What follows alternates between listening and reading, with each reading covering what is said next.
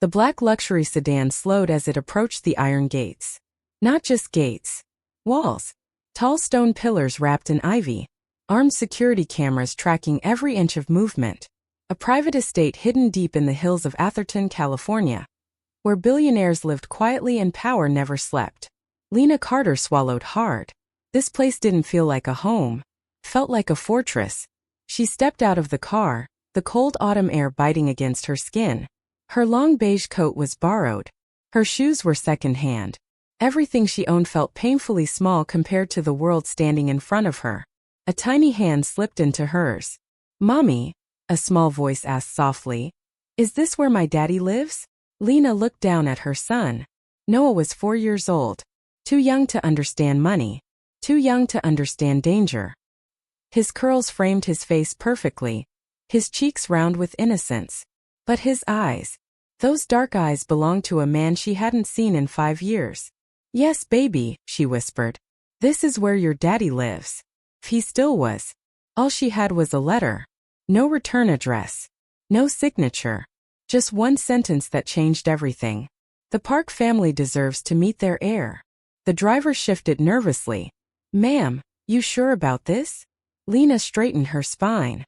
"No," she said. "But I'm doing it anyway." They walked toward the gate. A guard stepped forward, eyes sharp, scanning her from head to toe. "Can I help you?" His tone said, "You don't belong here." "I'm here to see June Park," Lena replied calmly. The guard hesitated. "He's not expecting visitors." "Tell him Lena is here," she said. "Tell him I brought his son." Silence. The guard looked at Noah, then back at her. He spoke quietly into his earpiece. A pause. The gates buzzed open. "You'll be escorted to the courtyard." Lena's pulse thundered. The estate unfolded before her like another world. Stone paths, sculpted gardens, traditional Korean architecture blended with modern wealth. And then, she saw him. June Park. Tall. Immaculate. Power carved into every line of his body. On his arm was a woman. Beautiful. Korean. Elegant. Wearing white. Laughing. Engaged. Lena's chest tightened. Noah tugged her hand. "Mommy." June looked up. Their eyes met. The color drained from his face. Before anyone could speak, Noah slipped free. He ran. "Daddy." The word echoed across the courtyard. June dropped to his knees on instinct, catching the child in his arms. And in that moment, he knew. The birthmark behind Noah's ear. The eyes. The blood. Lena stopped a few steps away. "You left," she said quietly. "And you knew." The woman beside him froze. "June," she whispered. "What is she talking about?" Before he could answer, a powerful voice cut through the silence. June Park. His mother. The matriarch had arrived. And everything was about to change. Silence swallowed the courtyard. Every eye was locked on the child in June Park's arms. June rose slowly to his feet, Noah still clinging to his neck like he belonged there. Because he did. The woman in white, his fiancée, stared at them as if reality had fractured. "June," she said again, sharper this time. "Why is that child calling you daddy?" June didn't answer. He couldn't. Because the moment he'd seen the small birthmark behind Noah's ear, one that only Park men carried, every lie he'd buried for 5 years collapsed. Lena folded her arms across her chest. "You disappeared," she said, her voice steady despite the storm raging inside her. "One night you were there. The next morning you were gone." The fiancé took a step forward. "Security," she snapped. "This woman is trespassing." Before anyone moved, a cane struck stone. Tap. June's mother stepped closer. Her presence alone commanded stillness. "This," Chairwoman Park said coolly, "does not appear to be a misunderstanding." Her eyes traveled from Lena to the child to her son.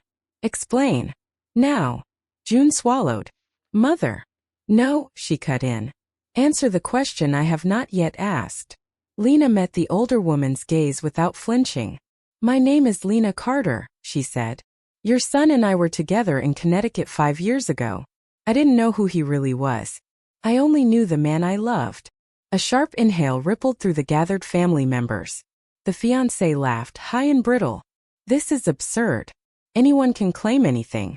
That child could belong to anyone. Lena's jaw tightened. Careful, she said. You're talking about my son. The fiancé's eyes flashed.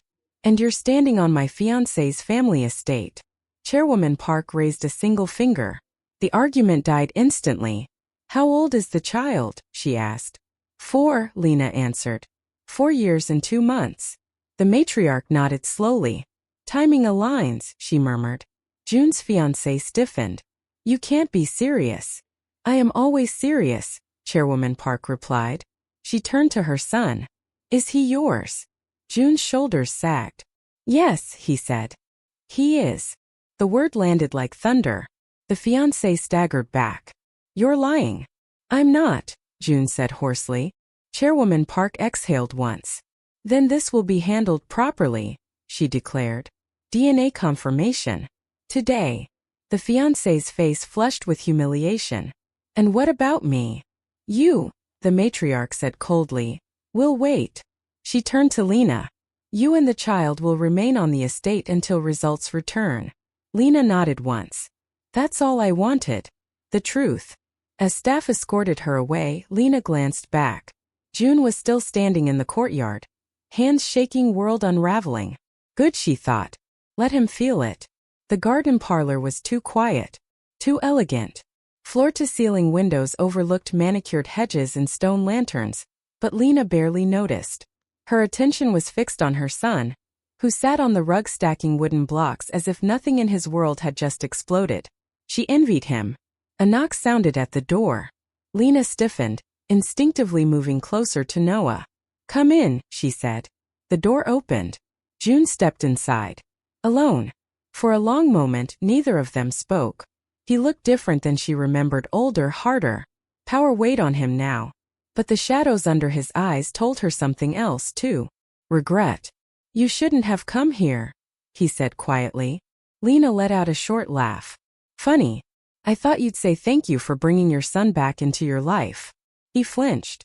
I didn't know, he said. About Noah. You knew I was pregnant, she shot back. You just didn't care. That's not true. She stepped closer, her voice dropping. Then explain how you vanished overnight. Phone disconnected. Apartment empty. No note. No goodbye. June closed his eyes briefly, like he was bracing for impact. My family was at war, he said. Lena frowned. What does that even mean? The kind of war that doesn't make the news, he replied. The kind where people disappear. Cold crept down her spine. You're talking about crime. Mafia, he corrected softly. Lena sucked in a breath. It explained everything she'd always felt but never proved. The bodyguards that appeared from nowhere. The way people moved when he entered a room. The secrets he never shared. They threatened you, she said slowly. Yes. They threatened me? June met her eyes. Yes. Her heart pounded. They knew where you lived. Where you worked. The routes you took every day, he continued. They told me if I stayed with you, you'd be dead within a month. Her knees weakened. So you chose to run, she whispered. I chose to keep you alive. You took my choice away, she said fiercely. You took everything away. I know, he said. And I've hated myself for it every day since. She searched his face for lies. Found none. You watched us, she said suddenly. Didn't you? He didn't deny it. I knew when Noah was born. When you moved. When you struggled, his voice cracked. I just couldn't reach out. Tears burned her eyes. All those nights, she whispered. All those years I thought I wasn't enough. You were everything, June said. That was the problem. Noah looked up then. Mommy? He asked softly. She turned instantly, forcing a smile. I'm okay, baby. June watched his son with something close to awe. I'll protect him, he said. No matter what it costs. Lena studied him. For the first time since she walked through those gates, she believed him. But belief wasn't forgiveness. DNA test or not, she said quietly, this doesn't erase the past. I know. But, she added, glancing at Noah, he deserves the truth. June nodded. And so do you. Outside, unseen by either of them, someone was listening. The waiting felt endless. For hours inside a mansion that wasn't hers. For hours of polite smiles from staff and sharp glances from people who already judged her. Noah fell asleep on Lena's lap. She smoothed his curls again and again, grounding herself in the warmth of his small body. The door finally opened. Chairwoman Park entered first. June followed. And behind them, the woman in white. The fiancé's calm was gone. Her eyes were too alert, too watchful. The results are in, the matriarch announced. Lena stood. June didn't breathe. This child is unquestionably Park blood, Chairwoman Park continued. My grandson. The word hit Lena harder than she expected. Grandson. The fiancé let out a sharp laugh. No, she said. That's not possible. It is, the matriarch replied coolly. And it changes everything. It changes nothing, the fiancé snapped. You can't seriously expect me to stay silent while he parades another woman's child in front of me. Her gaze cut to Lena, no longer dismissive. Calculating. Lena felt it. Something wasn't right. I'll take my son and leave, Lena said evenly. I never asked to stay. Chairwoman Park shook her head. That would be unwise. Why? Lena demanded. Because, the older woman said slowly, someone wanted you here. She produced the anonymous letter. This was sent from inside our network. June stiffened. That's impossible. Nothing is impossible, his mother replied. Someone exposed you deliberately. The fiancé's breath hitched for half a second. Lena saw it. So did Chairwoman Park. Before anyone could speak, alarms screamed through the estate. Red lights flashed. Security voices shouted over hidden intercoms. Perimeter breach. East Gate compromised. Lena clutched Noah tightly. What's happening? She whispered. June moved instantly, positioning himself in front of them. Stay behind me. Security feeds flickered to life on a nearby screen. Black SUVs poured through the gates. Armed men spilled out. And leading them, the fiancé, no longer in white, dressed in black. Weapon in hand, she smiled into the camera. Hello, family, she purred. Did you miss me? The room plunged into chaos. Chairwoman Park's face hardened. The engagement, she said quietly, was a lie. June's fists clenched. She was never mine, he realized. She was sent. Lena's heart raced. This is about my son, she said. Yes, Chairwoman Park replied. Your child is the key. June turned to Lena, eyes blazing with resolve. They will not touch him. She believed him. This time. Without doubt. Move. Now. June's voice cut through the chaos like steel. Security personnel flooded the corridor. Weapons raised, voices overlapping. Lena barely registered any of it. Her entire world narrowed to the weight of Noah in her arms and the pounding of her own heart. Chairwoman Park pressed her palm against a hidden panel in the wall. The floor shifted. A section of marble slid aside, revealing a narrow staircase descending into darkness. The tunnel, she ordered. Take them. June didn't hesitate. He wrapped an arm around Lena's shoulders, guiding her forward as guards formed a moving shield around them. Noah whimpered, clutching her coat. It's okay, baby, Lena whispered, though she wasn't sure it was true. I've got you. They descended into the tunnel. The air was cold and damp, the smell of earth and metal heavy. Emergency lights flickered on, casting long shadows that danced along the concrete walls. Footsteps echoed behind them. Too many. They're in the tunnel, someone shouted. June tightened his grip on Lena. Run. They ran. Lena's lungs burned. Noah was getting heavier with every step, but she didn't slow down. She couldn't. Ahead, June punched in a code on a steel door. Behind them, gunfire. Bullets ricocheted off the walls, sparks flying. The door slammed open. They spilled into a hidden garage. A black armored SUV roared to life as June shoved Lena into the back seat with Noah. Go, he barked. The vehicle burst forward just as the tunnel door exploded inward. Lena looked back through the rear window. For a split second she saw her. The fiancé. Watching them escape. Smiling. The SUV tore down the mountain road, engines howling. Only when the estate disappeared from view did Lena realize she was shaking. June glanced at her through the mirror. Are you hurt? She shook her head. No. Noah sniffed. Daddy, The word hit June like a blow. Yes, he said softly. I'm here. Lena watched him then. Not the Mafia heir, not the powerful man everyone feared, but a father terrified of losing something precious. And against her will, trust began to take root. The safe house didn't look like a fortress. That was what made it terrifying. From the outside, it was just another quiet home tucked into a wealthy Palo Alto neighborhood. White walls, trim hedges, soft porch lights. Inside, reinforced steel, bulletproof glass, armed men who moved without sound. Lena sat on the edge of the bed, watching Noah sleep. His chest rose and fell steadily, unaware that his existence had ignited a war between empires. She brushed a curl from his forehead. I'm sorry, she whispered, for bringing you into this. The door opened softly. June stepped inside. He'd removed his jacket, rolled up his sleeves. There was blood dried along his knuckles, someone else's. You did nothing wrong, he said quietly. She didn't look at him. I walked into your world and everything exploded. No, he replied. My world was already broken. You just exposed the cracks. She finally turned. For the first time since arriving, the armor was gone. I should have fought harder, he said. I should have trusted you with the truth instead of deciding for you. You decided I was expendable, Lena shot back. I decided you were too important to lose. Silence settled between them. Not angry. Heavy. If we survive this, she said slowly, things don't go back to how they were. I don't want them to, he replied. She studied him. You're dangerous, she said. Not just because of your enemies. Because of what you make people feel. June nodded. That's why I tried to let you go. And failed. Yes. A faint broken smile touched his lips. Footsteps approached. A guard knocked once. Sir. We intercepted a transmission.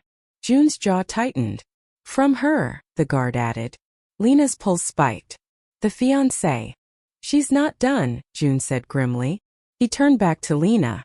Whatever happens next, he said, you and Noah come first. Even if it means you leave without me.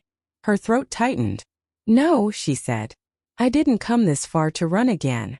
Their eyes locked. Something unspoken passed between them. Not love, not forgiveness, but alignment. Outside, engines roared in the distance. The war was moving closer. And this time, they would face it together. The attack came at dawn.